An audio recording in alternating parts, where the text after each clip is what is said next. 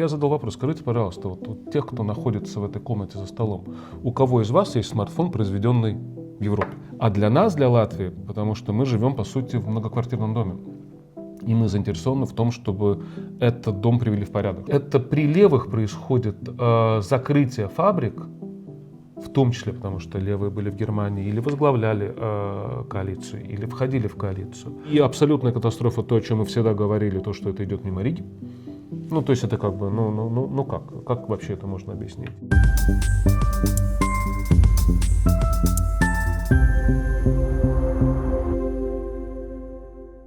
Привет, вы на канале «Акцент». Здесь мы говорим о Латвии и не только. Меня зовут Евгений Антонов. Меня Ольга Князева. Сегодняшний наш гость – это евродепутат от Латвии Нил Ушаков. Нил, приветствуем вас в нашей студии. Добрый день. И сегодня мы поговорим о комплексе вопросов, которые связаны с проблемами Европы, ну и Латвии, как, собственно, частью этой Европы, потому что мы часть европейского пространства, и на нас влияют все те проблемы и сложности, которые в Европе возникают.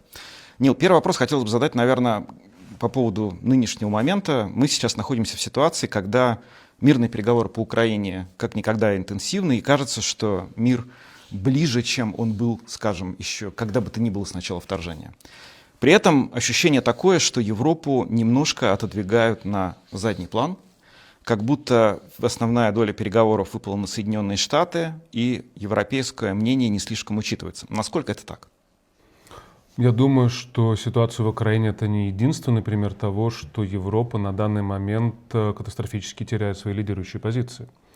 Это видно и в том, каким образом проходили переговоры с США о тарифах. Когда, в принципе, Европу поставили перед фактом, и у Европы не было возможности выбрать. Наверное, была, но ей никто не попробовал даже воспользоваться этой возможностью, сказать, что мы не согласны, мы против, мы будем что-то делать по-другому. Европа находится в очень плохом состоянии, если мы говорим про все то, что связано с экономикой. У нас недавно была встреча, и мы как раз говорили о ситуации в экономике. Я задал вопрос. Скажите, пожалуйста, вот у тех, кто находится в этой комнате за столом, у кого из вас есть смартфон, произведенный в Европе? Или американский произведенный в Китае, или китайский, или корейский. Если ты заходишь в магазин электроники, сколько там будет товаров, которые произведены в Европе? То есть то, что происходит сейчас, если вернуться к вашему вопросу про Украину, это один из примеров того, что Европа находится в очень плохом положении. И это или приведет к тому, что благодаря в том числе Трампу, благодаря в том числе, что все задают вопрос, почему Европа вот там, где она сейчас есть, это или приведет к встряске и к необходимым реформам, или все это закончится, как это не раз заканчивалось в мировой истории, когда большие крупные формации трансформировались не тем образом, как хотелось бы.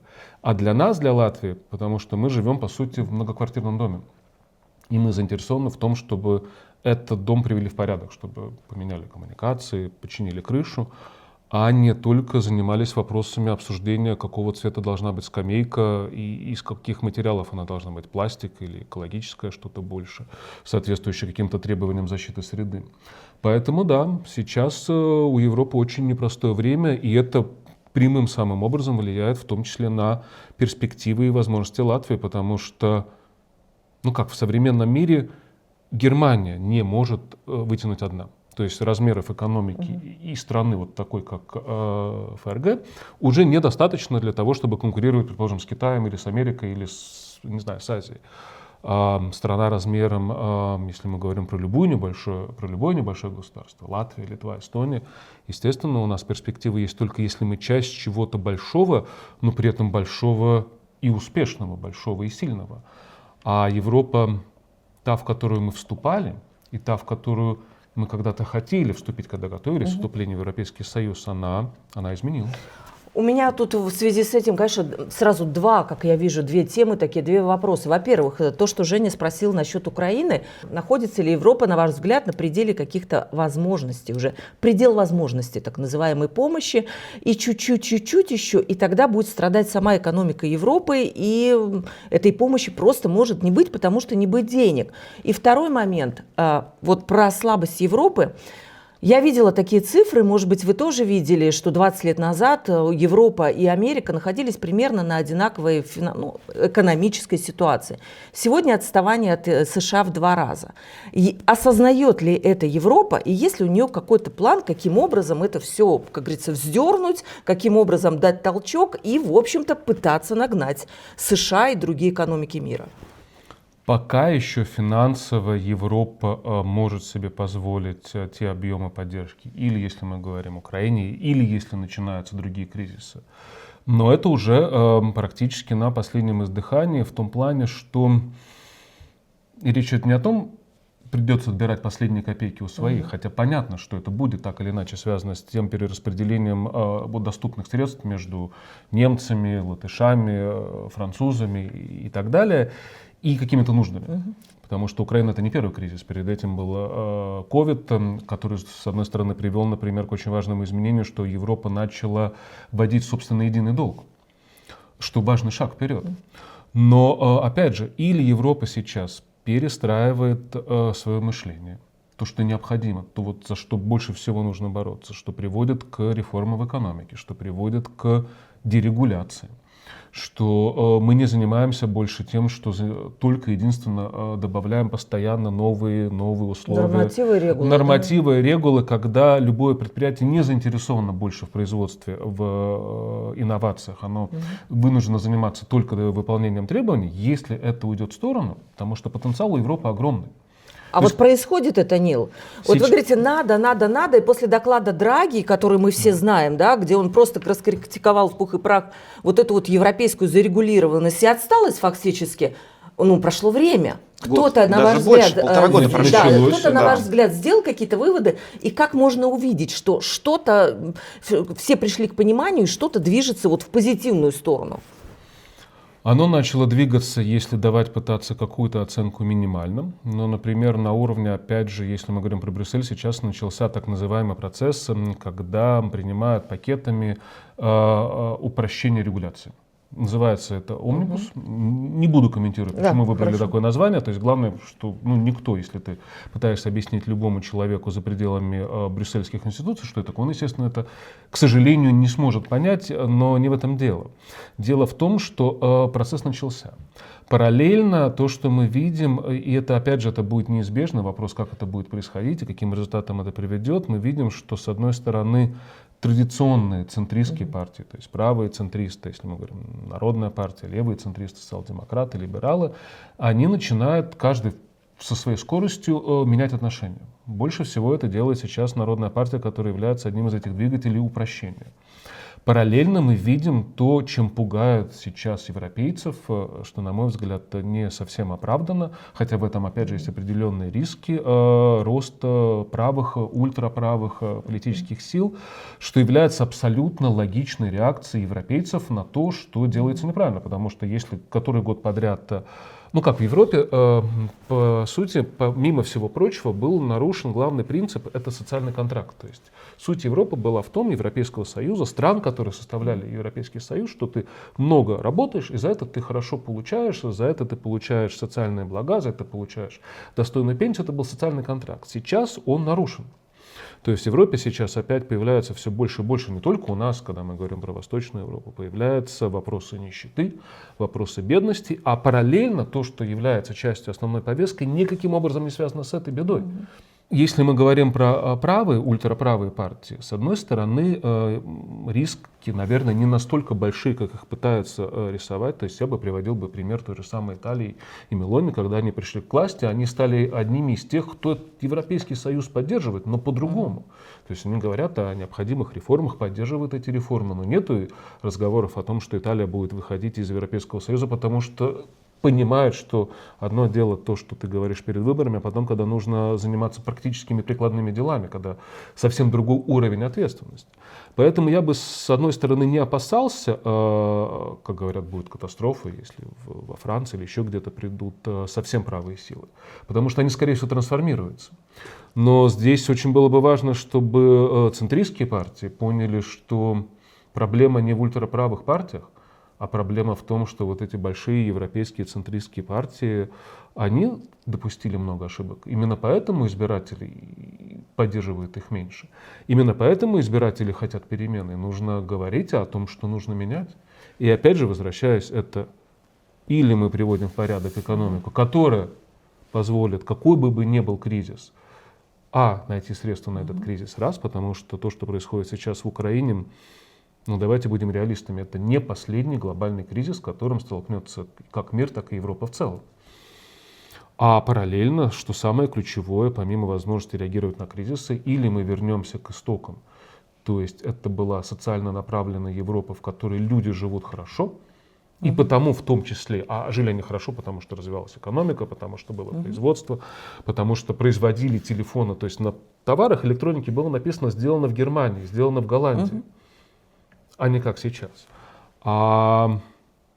Тут, как знаете, в начале 90-х в Латвии решили, что, наверное, производство это, по каким-то самым разным причинам это не самая главная перспектива, не самый главный приоритет. Я помню эту историю, когда сказали, что у нас давайте сделаем из страны колл-центр. Постоянно менялись какие-то сначала, что мы ближе, чем Швейцария. Мы же давно работали в журналистике. Потом это транзитная страна, потом производство не нужно, сделаем колл-центр. В итоге мы возвращаемся к каким-то истокам. То же самое происходит. По каким-то другим причинам, но аналогия, она один в один. То есть потеряли производство, продолжают его терять, продолжают по-прежнему, когда ты смотришь в Германии на статистику по тому, как сокращается занятость, сколько людей теряют в промышленности каждый месяц работу, это начинает напоминать абсолютно 90-е годы у нас в Латвии. И мы понимаем, к чему это дальше приведет. Здесь на самом деле, это все звучит действительно очень, наверное, правильно так и есть, но есть, по-моему, важное очень отличие. Дело в том, что социальный контракт, о котором вы говорите, он не создавался на уровне, по-моему, Евросоюза, он создавался на уровне национальных государств. Страны, создав свои экономики, они сформировали у людей некое представление о том, что такое справедливость. В частности, жизненная. Ты хорошо работаешь, платишь налоги, у тебя там есть обеспеченная старость. Потом создался наднациональный институт, европейские органы, которые сейчас фактически от лица Евросоюза должны эти перемены сделать. Но они, получается, как будто бы не могут это сделать. Потому что те перемены, о которых вы говорите, их снова должны сделать национальные правительства и государства. Или все-таки ЕС, как общий орган, который возглавляет, в состоянии сейчас вмешаться и изменить то, что не хватает, и решить те проблемы, которые есть в каждой из стран? Во-первых, ЕС и национальные государства — это не что-то различное. В итоге любое решение в Европейском Союзе — это сумма решений глав национальных государств. То есть парламент может принимать решения, голосовать за или против, Европейский парламент, комиссия выступает с инициативами и с предложениями, но финальную точку решения все равно ставят главы государств. То есть в этой ситуации не изменилось. Это один из тех мифов, что это Брюссель, который присылает сюда директивы. Те директивы, которые присылают сюда Брюссель, их утвердили премьер-министр. В упрощенно, если говорить. И опять возвращаясь к аналогии с многоквартирным домом, или, как у нас, мы это очень хорошо знаем, договориться не могут, потому что те, кто живут на последнем этаже, они понимают, что нужно ремонтировать крышу. Те, кто живет на первом этаже, их это не интересует. Те, кто живет на первом этаже, их не интересует, что нужно тратить деньги на ремонт лифта. Или включается режим, что только вместе мы можем выжить. Только вместе мы можем вытянуть, потому что, когда мы говорили опять про ультраправые партии, про правые партии, главный риск заключается в том, что или на уровне риторики, или если они придут к власти, в том числе и на уровне прикладных решений, они будут пытаться разрушить Европейский Союз. Его не надо разрушать, его нужно реформировать и перестраивать. Очень важный вопрос ценностей и свобод абсолютно понятно, но если экономика приводит к тому, что у тебя не хватает денег ни на что, то ты должен быть реалистично настроен, потому что если у тебя рухнет экономика, у тебя все равно потом в итоге не будет никаких свобод. А вообще теоретически возможно, альтернатива для Германии, мы увидели, как эта партия выстрелила, предположим, проходит какое-то время, и они каким-то образом добиваются, мы все Brexit видели, что это возможно все, да? Есть путь, который опробован, который такая дорожка, есть. Если вдруг Германия выходит из Европейского Союза, то остается ли в нем вообще какой-либо смысл? Ну как, ну помните в 90-е, опять же, если возвращаясь годы, многоэтажные дома, где отопление центральное было отключено, и каждый в свою квартиру проводил трубу, печка и так далее. В Риге этого не было. В Латгалии, в некоторых населенных пунктах по-прежнему так осталось. В других республиках бывшего Европейского Союза это было, когда пропадало отопление. Тогда вот мы превратимся по аналогии во что-то похожее, когда дом все равно стоит, потому что одеваться всем некуда больше. Вот если Европейский Союз начинает рушиться, а куда Латвия дальше? Что Латвия в этой ситуации экономически, да. политически, с любой другой точки зрения Да делает? и без денег, в общем-то, у нас сейчас основные потоки денег, в общем-то, для инвестиций шли через Европу. Ну, 16% плюс-минус, если так считать грубо, от расходов на уровне основного бюджета, это то, что связано именно с европейскими фондами. Это большие риски, потому что есть один сценарий, вот, на что я хотелось бы нам всем бы рассчитывать. Это вот пример, как было с Мелони, а есть, конечно, и пример, как произошло с Великобританией, когда решение, наверное, которое было принято на референдуме, не нам судить. Мы не являемся гражданами Британского королевства, но оно, наверное, было не самое выгодное в итоге для страны.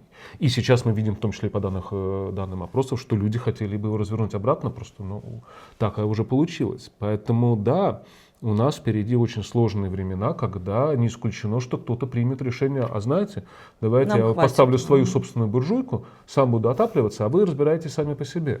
К чему это приводит, мы знаем. У меня на самом деле вопрос еще из серии того, какие вызовы стоят перед Евросоюзом и к чему нам готовиться, и к чему Европа, видимо, пока не до конца готова. Это угроза на Востоке, российская угроза, о которой сейчас все активнее и громче говорят европейские политики, европейские эксперты. Ну вот в Германии, только что упомянутые, говорят, что уже в 2028 году возможно вторжение. Можно ли ожидать, что Европа действительно будет готова ко дню X, если вдруг он случится? Если Европа будет готовиться к любому из дней X, про что бы мы ни говорили, про любое направление, только к одному какому-то вызову ничего не получится.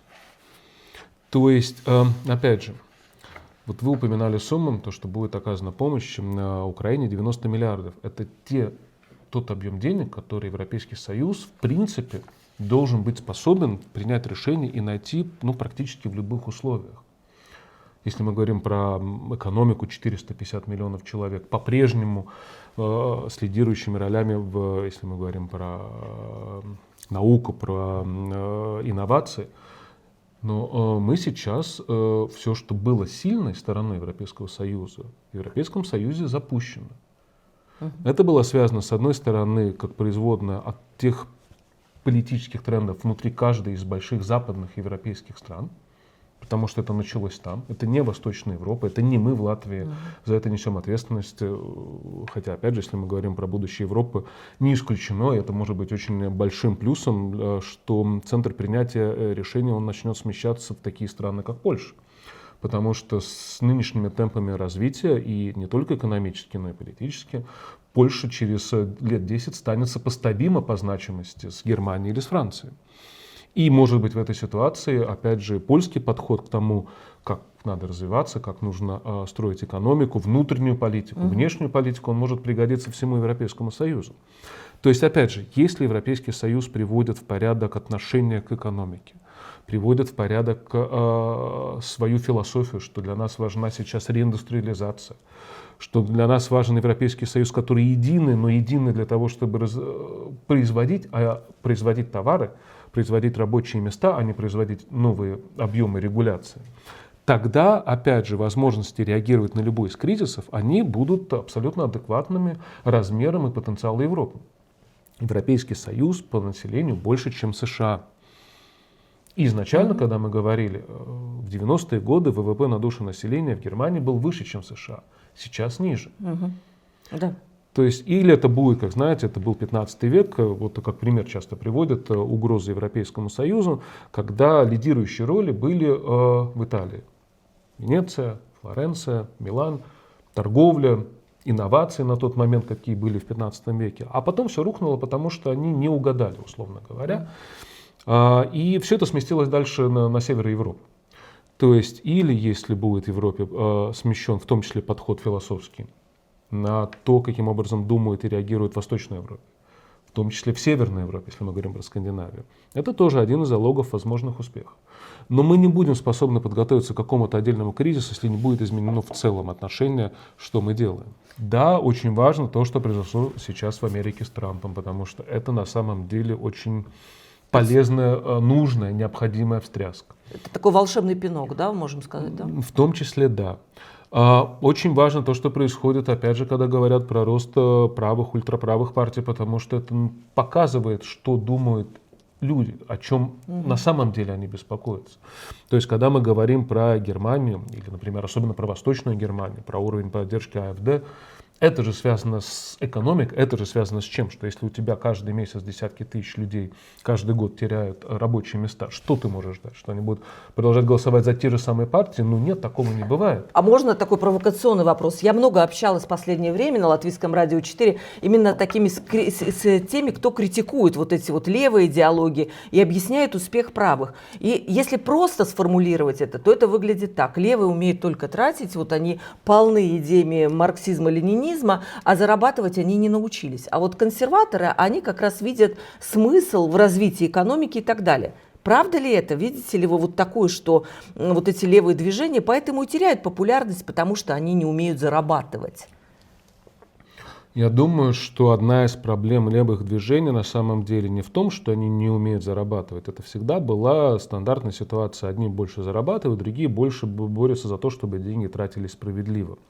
А, наверное, проблема сейчас ключевая среди левых заключается не в том, что они по-прежнему тратят, а не зарабатывают, а в том, что они начали тратить таким образом, что люди, которые всегда были поддержкой левых, этой поддержки не видят.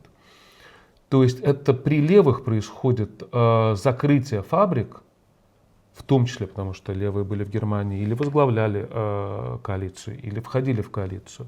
Но в результате, когда акцент сместился на левый курс, у нас защита среды, что очень важно, никто с этим не спорит, она стала причиной того, что страдать начали люди сейчас.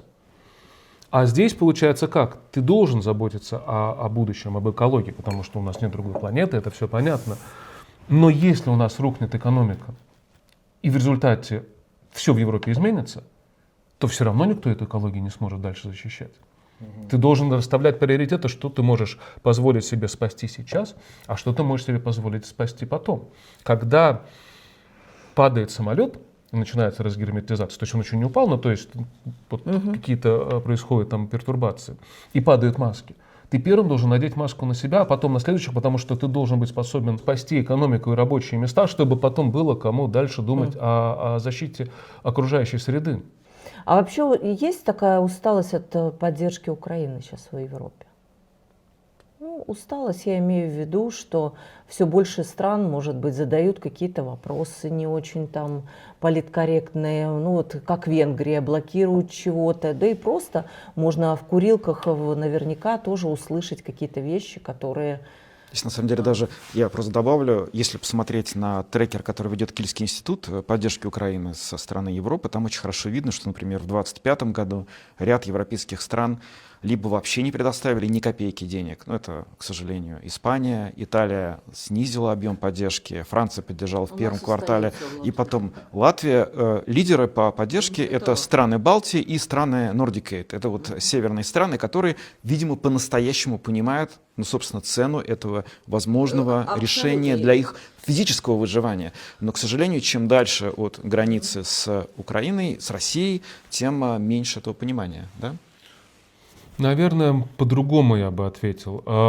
Изменение отношений и желание, сокращение желания финансово помогать, оно является, опять же, функцией от экономической ситуации, которая не становится лучше, которая продолжает по-прежнему ухудшаться. То есть если у тебя одновременно в странах Западной Европы, которые изначально жили совсем неплохо, значительно лучше, чем мы в Восточной Европе, начинает расти нищета, то желание оказывать любую помощь, оно сокращается. Это естественно. А желание оказывать длительную помощь, опять же, умноженное на то, что тебе непосредственно это не приносит никакой, не несет никакой с любой точки зрения угроза, даже не приводит к экономическим последствиям, потому что в случае с Латвией это же огромный пласт экономических, социальных проблем. То есть то, что происходит в приграничных регионах, это же каким образом сказалось на жизни там. Причем это не только Латвия, Латгалия, это Литва, это Эстония, это восток Финляндии, это приграничные регионы Польши. Испанцам, итальянцам эти проблемы, мягко выражаясь, они очень далеки. У них другие границы, другие, мягко выражаясь, вызовы. Да, это человеческая природа, человеческая натура, что в таких обстоятельствах тебе самому не хватает денег, и тебе лично непосредственно в этих странах ничего не угрожает, ни экономически, ни социально, ни с какой-либо другой точки зрения, то да, это приводит к тому, что мы видим. В такой простой вопрос. Вот в декабре появилась новость, что по паритету покупательской способности Латвия опустилась на последнее место. В Европе 73% от среднего уровня по ЕС. Мы не были там. Почему? Почему так происходит? Почему мы не можем выравниваться, скажем, быстрее, как Литва и Эстония? Есть ли с точки зрения, может быть, из Брюсселя какое-то свое объяснение, свой взгляд? Если мы говорим про взгляд из Брюсселя, то, с одной стороны, возможности даются абсолютно всем одинаково. Плохо используем. Возможности Литвы, Эстонии, Польши, Латвии, они плюс-минус равны. Доступ к единому рынку, он одинаковый. Финансовая поддержка, она в перерасчете на душу населения плюс-минус, опять же, одинаковая. Это то, каким образом мы ее используем. Поэтому я все время привожу пример Польши. Помимо Польши у нас сейчас очень быстрыми темпами развивается Румыния, которая может догнать Польшу в ее успехе. Опять же, используя именно европейский рынок, европейский фонд, европейскую поддержку. В Латвии мы это не использовали настолько, насколько это делали соседи. Здесь можно упрекать, и всегда нужно упрекать Европейский Союз и Брюссель, но не все можно переложить как ответственность только на Брюссель. Нет, ни в коем случае я на это не намекаю. Ну вот, например, 26-й год начинает работать миграционный пакт, который дает механизм распределения беженцев, да, я понимаю, по странам.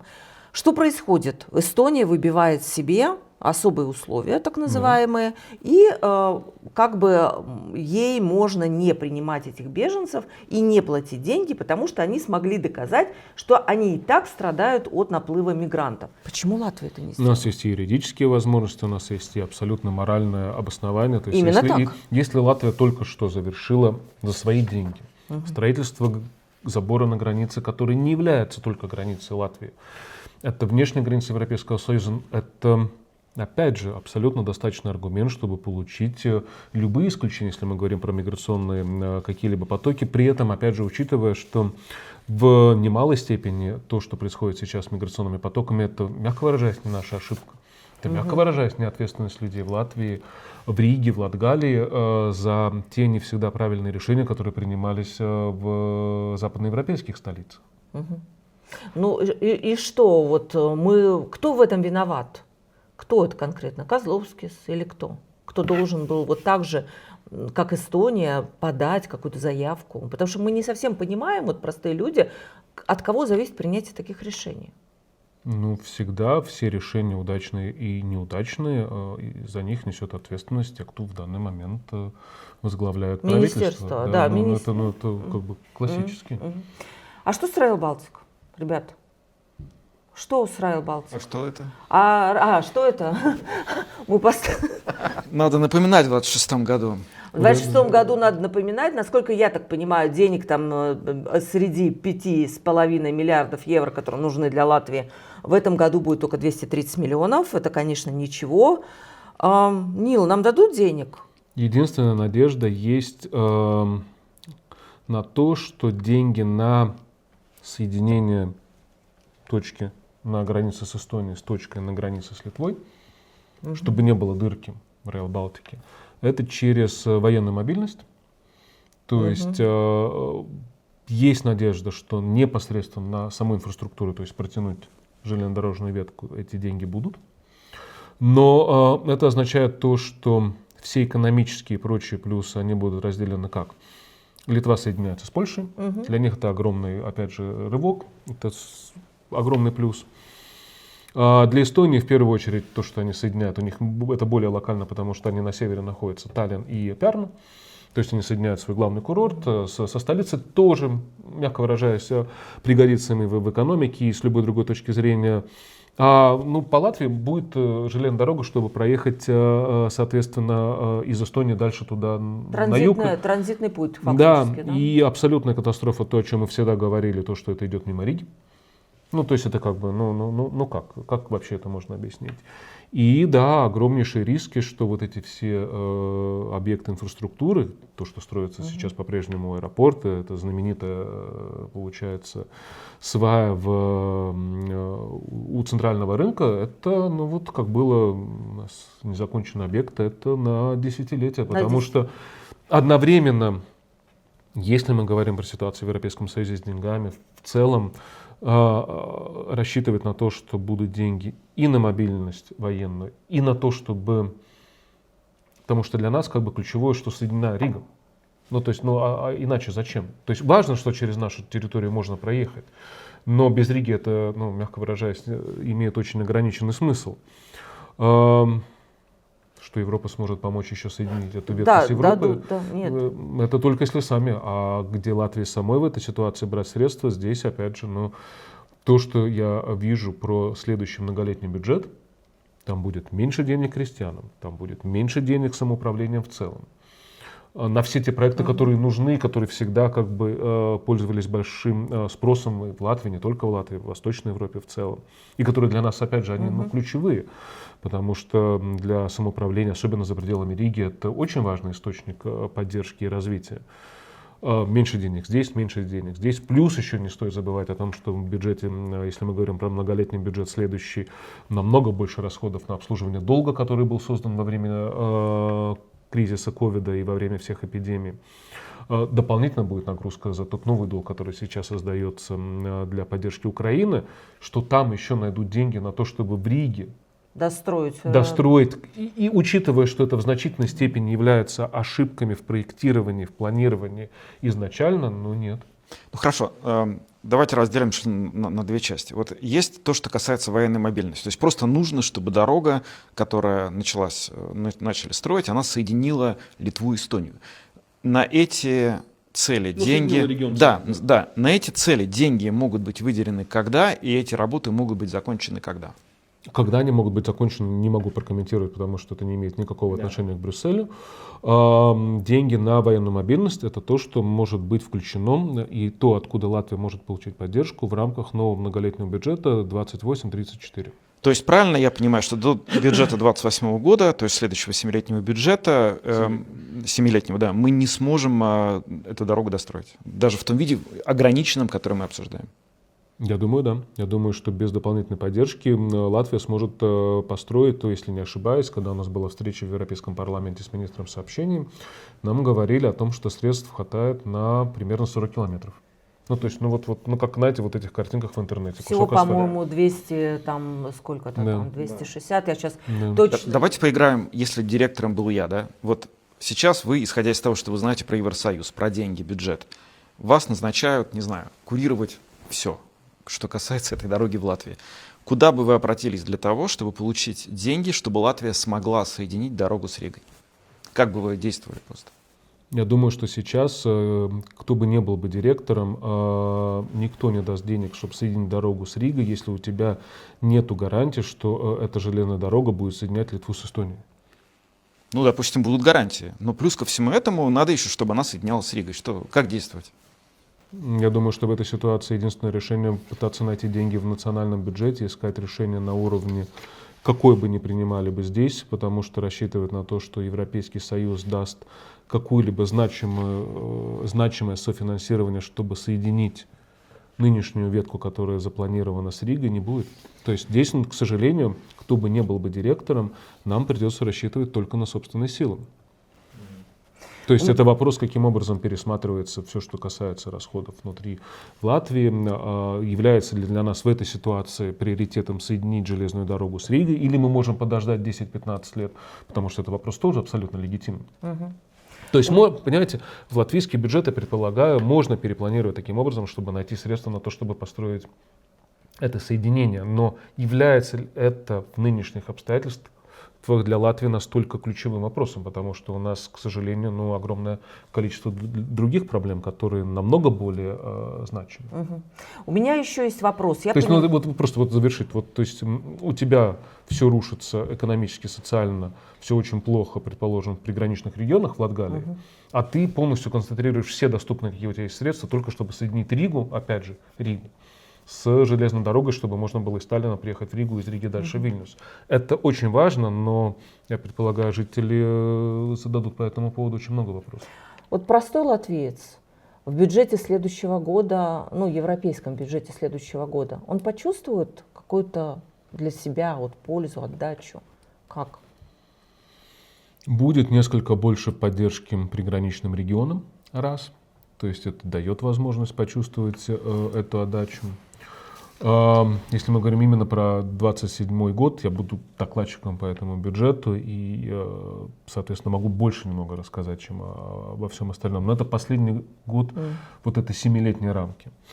Будет по-прежнему поддержка важным программам, которые касаются молодежи, которые касаются студентов, которые касаются науки и развития. То есть эти возможности для Латвии, они будут предоставлены, этих возможностей будет немало. Плюс не исключено, что, так как это последний год 7-летнего, опять же, цикла, что останутся дополнительные, неизрасходованные средства, которые можно будет потратить на какие-то программы, опять же, дополнительно. Опять же, то, что является одним из приоритетов, это приграничные регионы.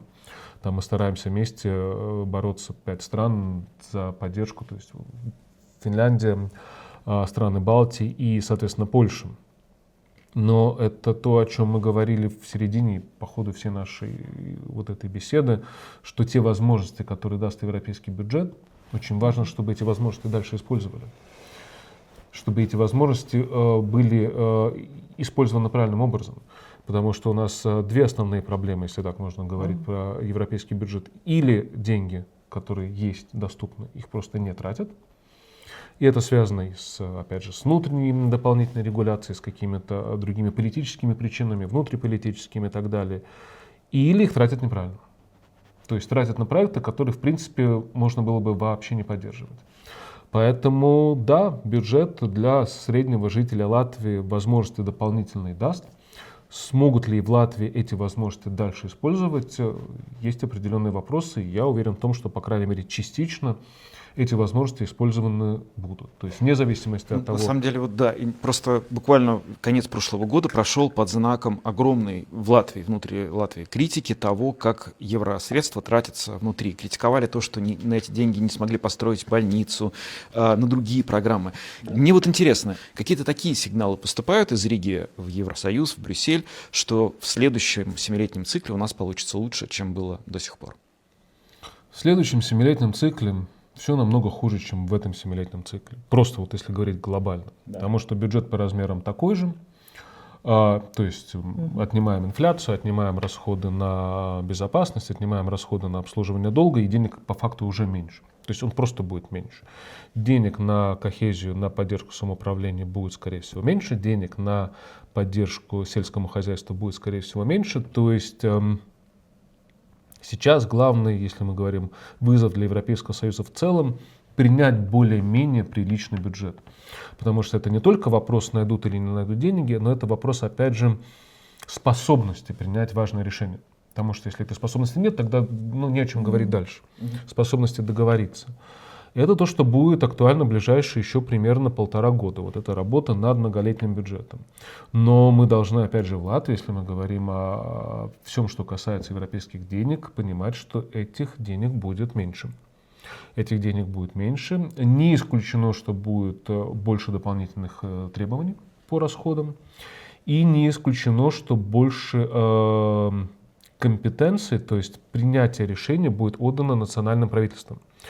И это, с одной стороны, звучит хорошо, то есть меньше власти Брюсселя, больше власти, не знаю, Таллина, Вильнюса и Риги, но в этом и есть определенные риски. Конечно. Потому что нельзя исключать, что в этих условиях решения, предположим, о распределении денег между самоуправлением будут приниматься на основе каких-то политических предпочтений, причем не только в случае с Латвией, но и в случае с другими странами.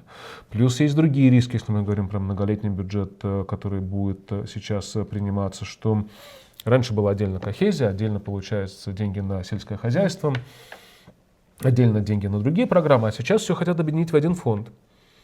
И тогда получается риск, что если, предположим, вот возвращаясь к вашему вопросу про Rail Baltic, где найти деньги на Rail Baltic, чтобы соединить Ригу с той веткой, которая будет построена за счет денег, предположим, из милитарной военной мобильности. Что правительство, учитывая, что им будет дано больше, предположим, прав принятия решения, заберет частично еще денег от кохезии, еще заберет немного денег от сельского хозяйства для того, чтобы соединить, предположим, Ригу с веткой дальше, которая будет построена. Тоже, с одной стороны, как бы мы хотим, чтобы ее построили, но с другой стороны, у Латвии, самоуправлении, у крестьян тоже хватает достаточно проблем и с чем бороться. Плюс, опять же, открытый вопрос, насколько удастся получить достойную, внятную поддержку приграничным регионам, потому что это, возвращаясь к нашей аналогии про многоквартирный дом, ну, жители последнего этажа, они не должны быть единственными, кто платит за ремонт крыши в этом доме. Да. То есть то, что происходит на границе, и причем речь идет не о тратах на, предположим, только единственно на то, чтобы построить забор, а на то, что происходит у этого забора, на поддержку самоуправления, на поддержку предприятия, бизнесу, чтобы сохранить хоть рабочие места, на поддержку социальную жителям, которые там сейчас живут у закрытой границы. То есть у тебя не будет развиваться экономика, если у тебя рядом построен забор. Это, так происходит. Тоже открытый вопрос, потому что, с одной стороны, это включено в приоритеты, то есть с этим работают, это действительно двигается вперед, но финансово, какое будет большое покрытие всем этим нужным, непонятно. Потому что, например, когда Великобритания вышла из Европейского Союза, на поддержку самоуправлений Север Франции, Бельгия получили, в общей сумме был создан фонд в размере почти 5 миллиардов евро. А у них проблемы были связаны с тем, что торговля стала сложнее, то есть появились там дополнительные таможенные требования и так далее. То есть это все очень сложно, но это нельзя сопоставить с тем, что происходит в Латгалии. Но Латгалии, или, предположим, Нарва, Кохлоярва, или, если мы говорим восток Литвы и восток Финляндии, финны, они об этом громко не говорят, но у них огромные проблемы экономические и социальные, потому что тоже закрыта граница. Проблем больше, чем было на 5 миллиардов, извините, на севере Франции. Поэтому следующий многолетний бюджет – это, с одной стороны, вопрос вообще, то есть какая поддержка будет оказываться Латвии, в каких объемах, на каких условиях, потому что, опять же, одно из требований новых, которое обсуждается раньше, ты должен был отчитываться за объем работ, который ты сделал. То есть вот у тебя, 5 километров ты построил дороги, ты должен отчитаться, что ты построил 5 километров, а не 4,5. А теперь хотят вести отчетность по принципу, что ты должен обосновать, что эти 5 километров вообще были нужны, что они принесли развитие или предпринимательской деятельности, или еще чего-то. То есть вводится оценка на основании критериев. К вопросу о дерегуляции. Да. Я тоже хотела сказать, вопрос о дерегуляции. Что-то мы не туда опять, по-моему, свернули. Да. И это опять же, если мы говорим про все то, что связано с следующим 7-летним бюджетом, я вхожу в рабочую группу, поэтому долго об этом могу рассказывать и говорить, но там работы много. И с одной стороны делится сейчас то, что удалось как-то плюс-минус компоновать вместе депутатов, коллег из Восточной Европы, потому что у нас своя специфика. Ну и плюс, параллельно дерегуляция необходимая, потому что если это все еще придет к тому, что объем отчетности будет такой, что самоуправление в Латвии просто скажут, не знаете, вот лучше без вот этой поддержки, так проще жить, тоже нам на пользу не пойдет. Так что на самом деле... Европа стоит перед переменами, перед вызовами, огромное количество вызовов, огромное количество перемен, и все эти перемены вот в 2026 году стартуют. И спасибо, что вы рассказали, у нас был Нил Ушаков, евродепутат от Латвии, рассказали нам о тех самых острых моментах, которые сегодня стоят перед Европейским Союзом, а значит и перед Латвией в том числе. Спасибо вам. На канале «Акцент» с вами были Ольга Князева и Евгений Антонов, и мы благодарим за поддержку Медиахаб Рига. Пока.